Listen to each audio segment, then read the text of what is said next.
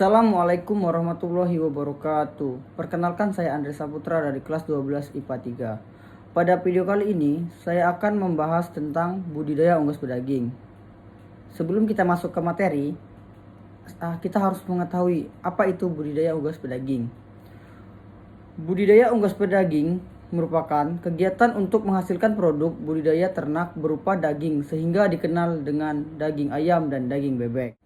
Yang pertama, kita harus mengenali jenis-jenis unggas pedaging. Unggas atau hewan ternak yang memiliki bulu di seluruh tubuhnya dan kaki yang bersisik. Unggas adalah jenis hewan ternak yang termasuk ke dalam kelompok burung-burungan. Ciri-ciri lain dari unggas adalah memiliki sayap dan paruh serta bulu pada tubuh permukaan tubuhnya. Berdasarkan produk yang dihasilkan, unggas dibagi menjadi unggas pedaging, unggas petelur, serta unggas pedaging sampai petelur. Jenis unggas pedaging sama dengan unggas petelur. Unggas pedaging adalah unggas yang dipelihara untuk menghasilkan daging. Jenis unggas pedaging antara lain sebagai berikut. 1. Jenis ayam pedaging terdiri dari ayam ras pedaging atau broiler, ayam induk pedaging, dan ayam bukan ras. 2. Itik. Itik memiliki pertumbuhan yang cepat dan badan yang besar. Terdapat 3 jenis itik pedaging yang sudah dikenal masyarakat, yaitu itik alabio, itik mojosari, itik Bali. Yang kedua, saya akan membahas produk budidaya ternak unggas pedaging. Produk budidaya unggas pedaging dapat dikonsumsi dengan cara digoreng, digulai, dan dipanggang atau diolah menjadi berbagai bahan cepat saji atau dicampur dengan bahan makanan lainnya. Ayam pedaging dapat dipasarkan dalam bentuk 1. Ayam utuh. Ayam yang telah dipotong dan dipisahkan kepala, kaki, darah, bulu, dan organ dalamnya. 2. Ayam potong. Ayam utuh yang dipotong sesuai dengan bagian tubuh ayam. 3. Ayam tanpa tulang. Daging ayam yang sudah dipisahkan dari tulangnya seperti ayam filet dan ayam giling filet. C. Sarana dan peralatan. Budidaya unggas pedaging. Sarana dan peralatan yang dibutuhkan dalam budidaya ayam pedaging terdiri dari kandang, peralatan dalam kandang, bibit ayam, pakan, obat-obatan, serta vitamin. 1. Kandang. Kandang adalah bangunan yang berfungsi untuk melindungi ternak dari iklim buruk seperti hujan, panas, dan angin. Kandang memberikan lingkungan pertumbuhan yang sesuai untuk unggas karena unggas dapat terhindar dari stres dan pemberian pakan lebih efisien. Kandang juga dapat melindungi unggas dari serangan pemangsa dan mempermudah pengendalian hama dan penyakit unggas. Cara memelihara hewan unggas dibagi menjadi 3 kelompok, yaitu pemeliharaan secara efisien. Unggas dipelihara dengan cara dilepas dikandangkan hanya pada malam hari saja. Pemeliharaan secara semi intensif. Unggas dipelihara dengan cara dilepas dan dikandangkan. Pemeliharaan secara intensif. Pemeliharaan unggas dengan cara dikurung terus-menerus dan dalam kandang sehingga semua pakan unggas dipenuhi peternak.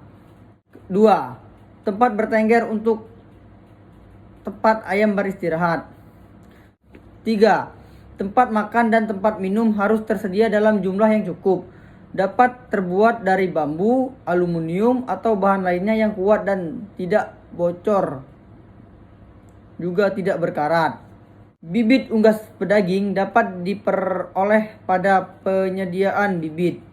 Bibit unggas, misalnya untuk ayam, bibit yang digunakan yang disebut DOC atau Day Old Chicken, ayam umur sehari. Bibit unggas pedaging sebaiknya berasal dari pembibitan pedaging sesuai standar yang telah ditetapkan dalam SNI. yaitu memiliki berat badan minimal 37 gram per ekor untuk ayam. 5. Pakan. Pakan adalah campuran bahan makanan yang mengandung nutrisi lengkap dan sesuai dengan kebutuhan unggas. Pakan yang baik adalah pakan yang memiliki keseimbangan nutrisi sehingga dapat diberikan sesuai dengan jumlah kebutuhan unggas. 6. Penggunaan obat-obatan.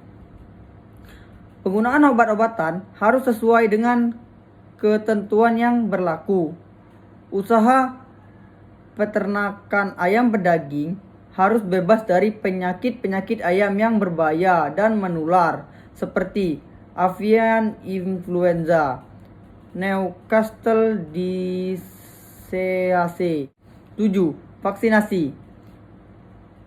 Vaksinasi adalah usaha untuk menimbulkan kekebalan tubuh. Tujuan vaksinasi adalah untuk pengendalian penyakit menular yang disebabkan oleh virus. Vaksin dibagi menjadi dua macam, yaitu vaksin aktif, vaksin yang mengandung virus hidup. Kekebalan yang ditimbulkan lebih lama daripada vaksin inaktif atau pasif. Vaksin inaktif adalah vaksin yang mengandung virus yang telah dilemahkan atau dimatikan tanpa merubah struktur antigenik sehingga mampu membentuk zat kebal. Kekebalan yang ditimbulkan oleh vaksin inaktif lebih pendek, tapi hanya diberikan pada ayam yang diduga sakit. D. Teknik budidaya ayam pedaging. 1. Kandang. Kandang yang umum digunakan dalam budidaya unggas ayam pedaging adalah kandang postal. Kandang dapat dibuat dari bahan sederhana, yang penting dapat mencegah ternak kabur dan dapat berlindung dari hujan dan panas. Di dalam keadaan harus dilengkapi dengan 1. Tempat makan. Tempat makan unggas pedaging disesuaikan dengan umur unggas. 2. Tempat minum. Tempat minum biasanya terbuat dari plastik. 3. Alas kandang. Dapat berupa koran, sekam, atau karung berpori. Alas koran dipakai untuk pemeliharaan DOC. 4. Pemanas. Sangat diperlukan pada saat pertumbuhan DOC sebagai induk ayam untuk memberikan kehangatan pada anak ayam. Salah satu penghangat kandang lampu bohlam. 5. Tempat bertengger. Tempat ayam beristirahat. 6. Instalasi air. 2. Penyediaan bibit. Bibit ayam dapat dibeli pada penyedia bibit. Untuk mengurangi risiko, dapat menggunakan bibit yang sudah agak besar. 3. Penyediaan pakan. Pakan untuk budidaya ayam dapat menggunakan pakan siap pakai, tapi untuk menghemat biaya pakan, dapat membuat pakan alternatif berbahan dedak, jagung, bungkil, dan tepung tulang. Pakan ayam dibagi menjadi dua jenis, yaitu pakan starter dan pakan ayam dewasa. 4. Pemeliharaan. 1. Pemberian pakan. Pemberian pakan ayam pedaging ada dua fase, yaitu starter umur 0 sampai 4 minggu dan fase nisher umur 4 sampai 6 minggu. 3. Pengendalian penyakit. Pengendalian penyakit pada unggas pedaging dilakukan dengan cara membersihkan kandang secara rutin, memisahkan unggas yang sakit, dan memberi vaksin. Pemberian vaksin dapat disesuaikan dengan kondisi ternak unggas. Sebelum pengobatan, tindakan pengamanan penyakit yang dapat dilakukan adalah mencegah masuknya hewan lain yang mungkin dapat menyebabkan penyakit ke lokasi peternakan, melakukan desinfeksi kandang dan peralatan penyemprotan terhadap serangga, lalat, dan pembasmian terhadap hama-hama lainnya.